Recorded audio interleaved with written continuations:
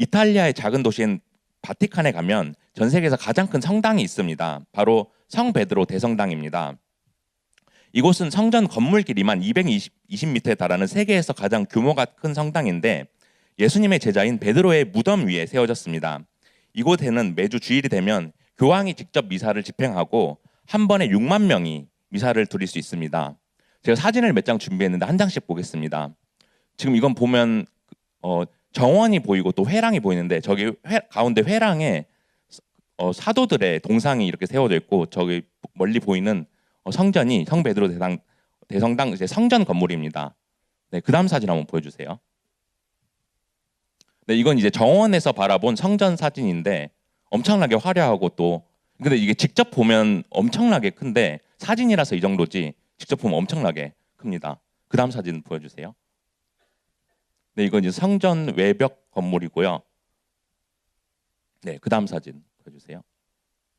네, 이건 이제 성전 그 안에입니다. 안에인데 엄청나게 화려한 걸 볼 수 있죠.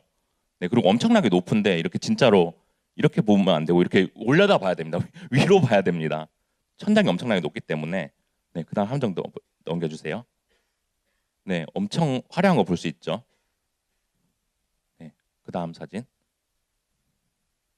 네, 이제 이게 성전 그 천장인데 당시 르네상스 미술 작품들이 이렇게 그려져 있는 것을 볼 수 있습니다. 네.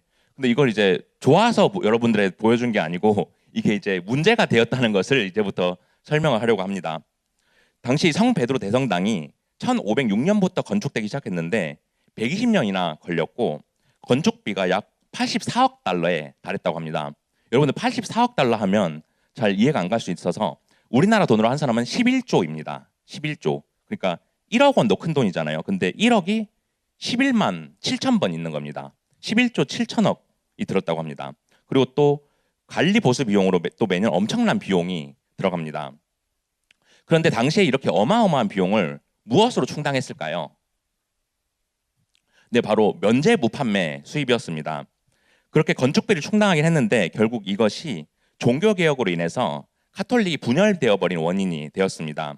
그래서 이렇게 화려하고 거대한 성 베드로 대성당은 로마 카톨릭 입장에서는 가장 큰 영광스러운 건물인과 동시에 수치스러운 역사도 함께 가지고 있습니다. 그렇게 교황은 성 베드로 대성당의 건축과 유지 비용을 위해서 면제부를 발행하고 유럽의 모든 나라에 돈을 거두어 드릴 것을 명령했습니다. 이에 영국, 프랑스, 스페인 같은 나라들은 저항하면서 협조하지 않았지만 독일은 당시 신성 로마 제국의 지배를 받고 있었기 때문에 막대한 면제부 판매 비용을 지불해야 했습니다. 게다가 당시 독일의 카톨릭 대주교는 알브레이트라는 사람이었는데 그는 세속적인 즐거움에 빠져서 영혼을 돌보는 일에는 무관심했습니다. 그래서 그의 처소는 화려하고 값비싼 물건들로 장식되고 또 값비싼 포도주와 식기구들이 식탁 위에 올려졌습니다. 게다가 그는 독일의 면제부 판매 수입의 절반을 차지하도록 교황의 허락을 받게 됩니다. 그래서 요한 테첼이라는 사제를 고용해서 면제부 설교자로 활동하게 합니다. 그렇게 테첼은 독일 전역에서 면제부 설교를 시작하게 되었는데 그러던 중에 당시 루터가 거주했던 작센 지역까지 오게 됩니다. 그런데 테첼의 면제부 설교를 들은 루터는 이에 대한 저항이 마음속에 일어나게 됩니다. 루터가 경험했던 죄로부터 해방은 면제부를 통해서 받는 것이 아니라 오직 그리스도를 믿음으로써 말미암아 거저받게 되는 은혜의 선물이었습니다. 이 사실에 루터는 긴 고민 끝에 가족들이나 친구들 누구한테다 상의해서 알리지 않고 혼자 자신의 의견을 주장하기로 결심합니다. 그래서 1517년 10월 31일 독일 비텐베르크 교회 문에 95개조 논제를 붙이고 이 내용에 대한 공개 토론을 제안했습니다. 그리고 동시에 이 사실을 당시 독일을 대표하는 알브레이트 대주교에게 편지를 써서 알렸습니다. 그리고 이날은 개혁주의 교회에 있어서 종교개혁을 기념하는 날이 됩니다. 이 화면에 종교개혁 95개조 논제를 제가 띄웠는데 여기 보면 면제부에 조한 내용이 30개가 넘습니다. 그중에 제가 3개만 추려서 와봤는데요. 21항에서 이렇게 말합니다. 면제부를 설교하는 자들이 교황의 면제부에 인간은 모든 형벌로부터 사면되며 구원받는다고 말한다면 그것은 오류에 빠져 있는 것이다. 또 31항에서는 진심으로 회개한 사람이 드문 것 같이 진심으로 면제부를 사는 사람은 드물다. 즉 실제로 극히 드물다. 이어서 50항에서는 성 베드로 성당에 대해서도 말하고 있습니다. 만약 교황이 면제부 설교자들의 강매 행위를 본다면 자기 양과 가족과 살과 뼈로서 성 베드로 성당을 세우느니 차라리 그 성당을 불태워 재로 만드는 것이 나을 것이라는 사실을 그리스도인들에게 가르쳐야 한다. 이렇게 말하고 있습니다. 이처럼 루터는 95개 조항을 통해서 로마 카톨릭의 고해성사, 연옥, 면죄부 같은 교리를 따지면서 토론을 제안했습니다. 하지만 아무도 루터의 제안을 받아들이지 않았고 아무런 토론도 일어나지 않고 조용했습니다. 대신에 루터가 제기한 95개조 난제는 번역되고 인쇄되어서 불과 몇 주 만에 독일을 뿐만 아니라 유럽 전역에 퍼져나갔습니다. 왜냐하면 당시 독일에서 구텐베르크가 인쇄기를 발명해서 인쇄술이 매우 발달했었기 때문입니다. 이렇게 인쇄되어 퍼진 95개조 논제는 다양한 계층들의 사람들이 읽게 되었습니다. 그래서 루터의 의도와는 전혀 다르게 수많은 사람들이 동조했고 이는 이 사건의 변곡점이 되었습니다.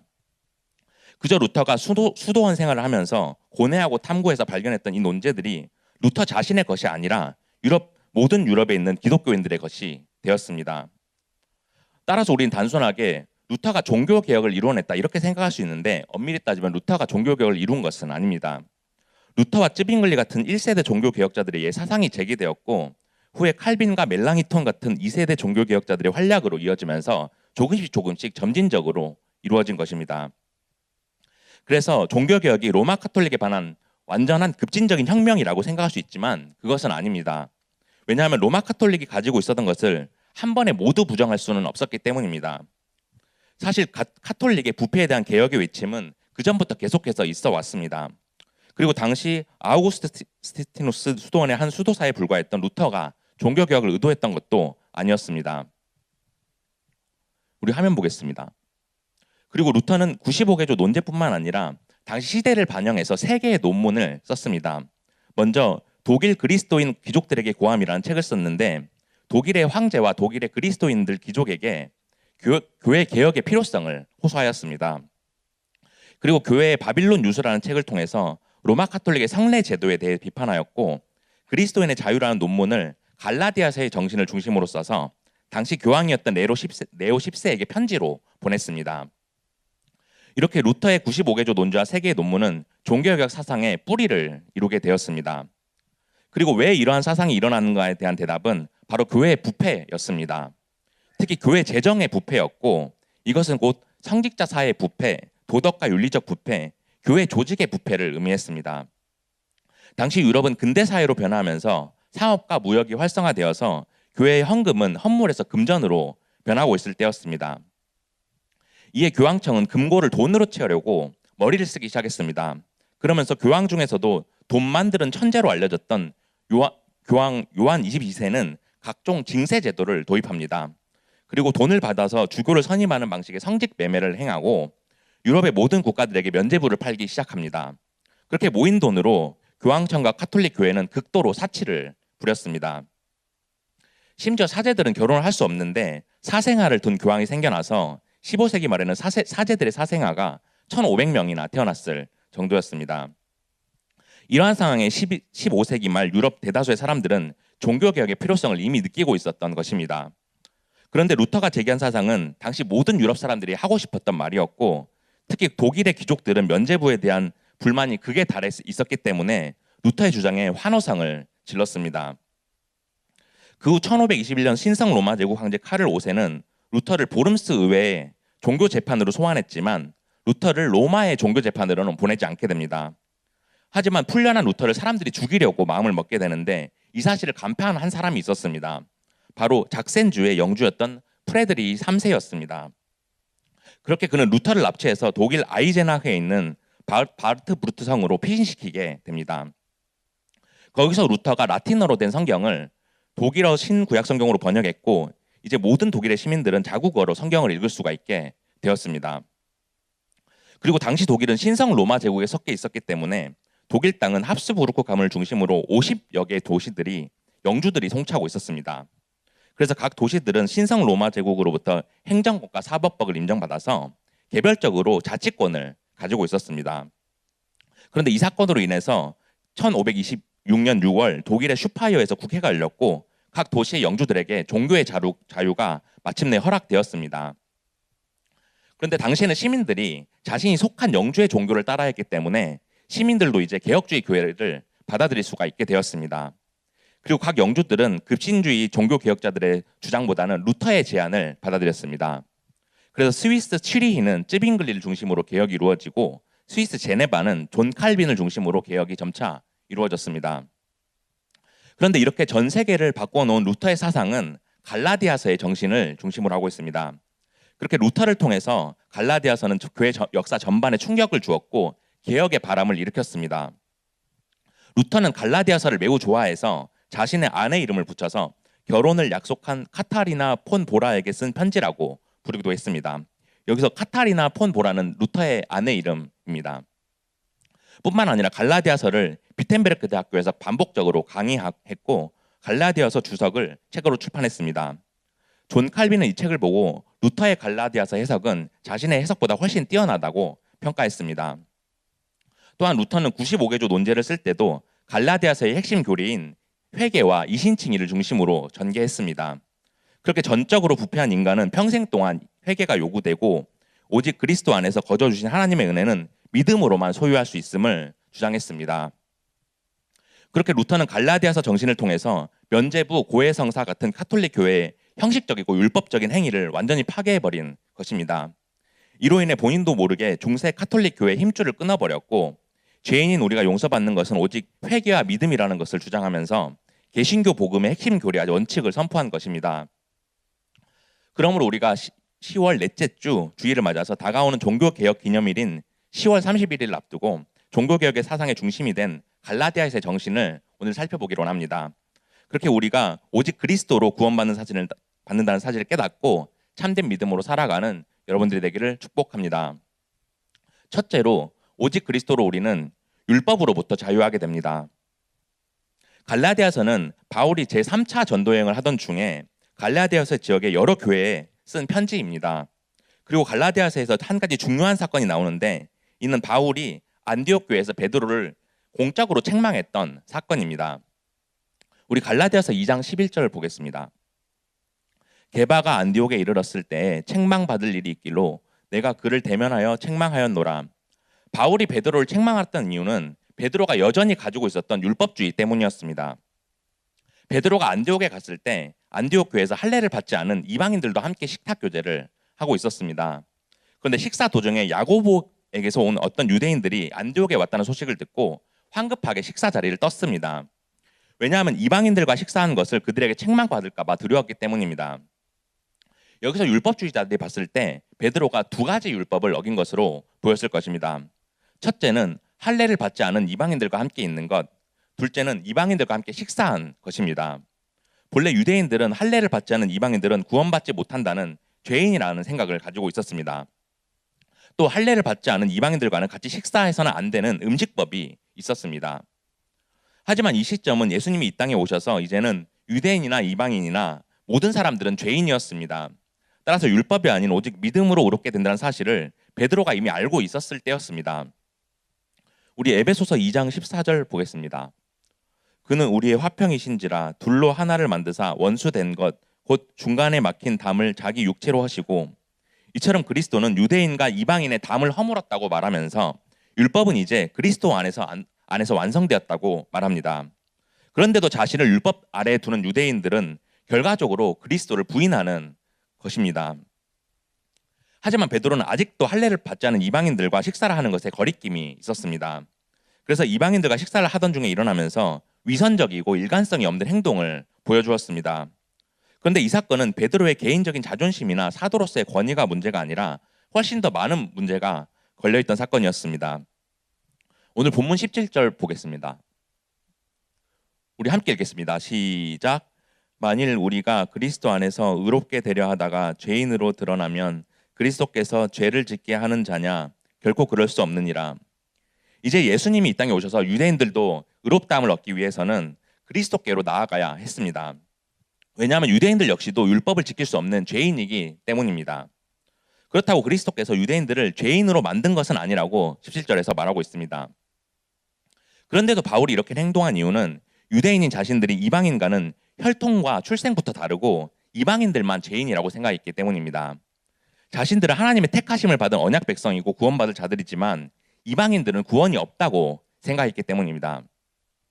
하지만 그리스도가 이 땅에 오신 후에 새 언약이 성취되었기 때문에 그 이후로 유대인이나 이방인이나 모든 사람들은 그리스도 안에서 의롭다함을 얻게 되었습니다. 따라서 이제 유대인들 역시도 율법을 지킴으로써 제사함을 받는 것이 아니라 오직 그리스도를 믿을 때 십자가의 은혜로 제사함을 받게 되는 것입니다. 이에 본문 18절에서 이렇게 말하고 있습니다. 만일 내가 헐었던 것을 다시 세우면 내가 나를 범법한 자로 만드는 것이라. 예수 그리스도가 이 땅에 오셔서 구약의 율법이 성취되었습니다. 따라서 이제 유대인들 역시 율법을 지키지 않는다고 죄인이 되는 것이 아닙니다. 그런데 만약에 그들이 헐어버린 율법을 다시 세우려고 한다면 율법을 지키지 못하고 오히려 범법자가 되고 말 것입니다. 따라서 베드로가 이방인들과 식사를 하면서 유대인들의 율법을 지키려고 한 것은 율법을 지키려는 행위로 구원받는다는 것을 보여주는 행동이었습니다. 로마서 3장 20절에서도 이렇게 말합니다. 그러므로 율법의 행위로 그의 앞에 의롭다 하심을 얻을 육체가 없나니 율법으로는 죄를 깨달음이라. 이처럼 우리가 율법의 행위로 의롭다함을 받는 것이 아니라 오직 그리스도로 의롭다함을 받게 되는 것입니다. 그리고 바울은 이 사실을 갈라디아 지역의 교회들에게 편지함으로써 유대인들의 율법을 자신들의 권위로 세우려고 한다면 그들은 스스로 율법을 어기는 범법자라고 경고한 것입니다.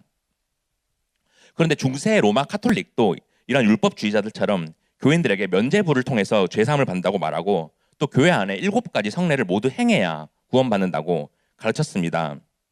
이 같은 로마 카톨릭의 주장은 오직 그리스도로 의롭다함을 받는다는 진리에서 완전히 벗어나서 우리를 위해 죽으신 그리스도를 부인하는 것이었습니다.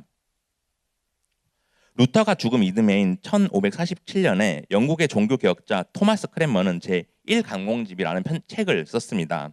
이 책에서 종교개혁의 모든 고백을 특징하는 칭의에 대한 개신교의 합의를 이렇게 요약해서 기록했습니다. 모든 사람은 하나님 앞에서 죄인이며 율법과 계명을 어기는 자이다. 그러므로 자신의 행동과 일, 행위로는 하나님 앞에서 의롭다함을 선언받을 수 없고 의롭게 될 수 없다. 우리는 하나님의 자비로 그리스도의 공로로 우리가 믿음으로 받아들인 칭의는 우리의 완전함을 위해 하나님께서 취하시고 받아들이시고 허락하신 것이다. 그러므로 우리가 오직 그리스도로 의롭다함을 받게 된다는 이 사실을 마음속 깊이 새기기를 원합니다. 죄인인 우리는 율법을 지킬 수 없는 무능력하고 연약한 존재이기에 하나님은 죄를 면하시려고 예수님을 우리에게 보내주셨습니다. 그래서 우리가 더 이상 율법으로부터 정죄받지 않고 자유하게 하셨다는 사실을 믿음으로 고백하는 여러분들이 되기를 축복합니다.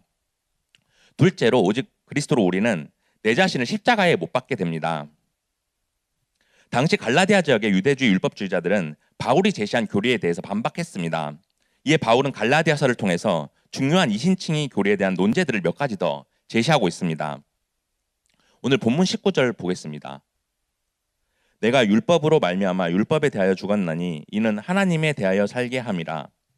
여기서 율법에 대해 죽었다는 것은 우리가 더 이상 율법으로부터 어떠한 영향을 받지 않게 되고 율법으로부터 완전히 해방되었다는 것입니다. 그리고 여기서 말하는 율법은 구약 성경에서 말하는 하나님이 주신 계명과 규례를 말하는 것이 아니라 죄를 말하는 것입니다. 이것은 로마서 6장 10절에서 말해줍니다. 로마서 6장 10절. 그가 죽으심은 죄에 대하여 단번에 죽으심이요 그가 살아계심은 하나님께 대하여 살아계심이니. 이처럼 예수님은 십자가에서 우리를 대신하여 죽으심으로써 우리의 죄를 단번에 없애주신 것입니다. 그렇게 우리의 죄를 위해 죽으셨기 때문에 예수님은 우리의 죄에 대해서 죽으신 것입니다. 오늘 본문 20절 상반절 보겠습니다. 우리 함께 읽겠습니다. 시작. 내가 그리스도와 함께 십자가에 못 박혔나니 그런즉 이제는 내가 사는 것이 아니요 오직 내 안에 그리스도께서 사시는 것이라.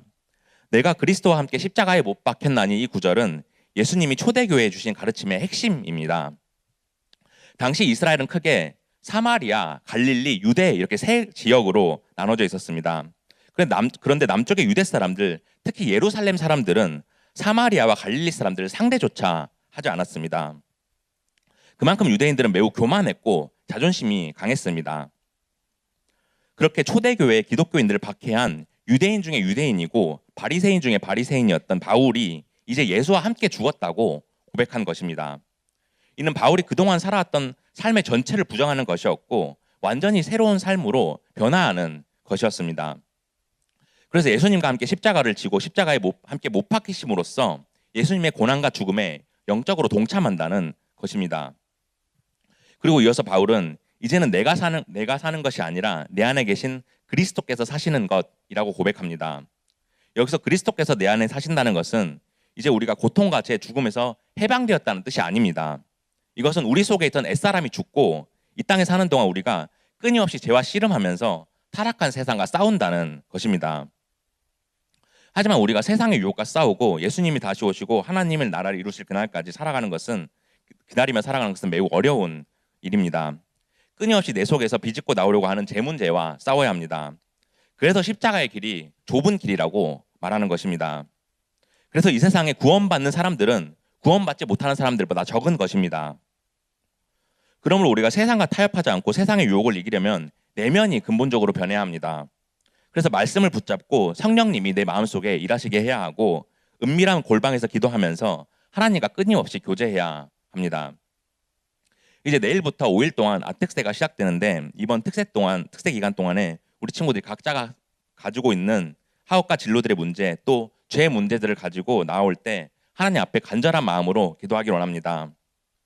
그래서 각자의 기도 제목을 주고 아버지이신 하나님께 간구할 때 세상 모든 시험을 십자가의 능력으로 이겨내는 여러분들이 되기를 축복합니다.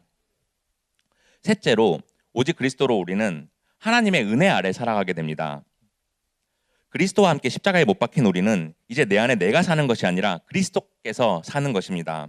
그렇게 하나님의 은혜 아래에서 그리스도와 연합하는 것입니다. 우리 오늘 본문 20절 하반절 보겠습니다. 우리 함께 읽겠습니다. 시작. 이제 내가 육체 가운데 사는 것은 나를 사랑하사 나를 위하여 자기 자신을 버리신 하나님의 아들을 믿는 믿음 안에서 사는 것이라.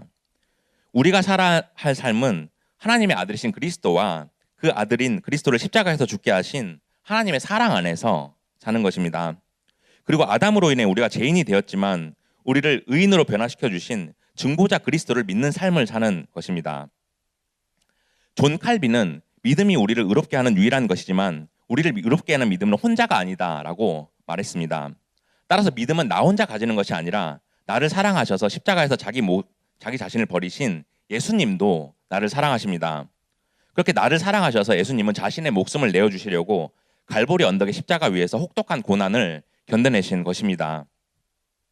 오늘 본문 20절 보겠습니다. 내가 하나님의 은혜를 패하지 아니하노니 만일 의롭게 되는 것이 율법으로 말미암으면 그리스도께서 헛되이 죽으셨느니라. 하나님의 은혜를 패하지 않는다는 것은 하나님의 은혜를 헛되게 하지 않는다는 것입니다. 하나님은 우리를 위해서 자신의 아들이신 그리스도를 보내주셔서 메시아를 보내주신다는 그 언약을 이루셨습니다. 그렇게 하나님이 우리를 위해 자신의 아들이신 예수님을 값없이 내어주신 것은 하나님의 크신 은혜입니다.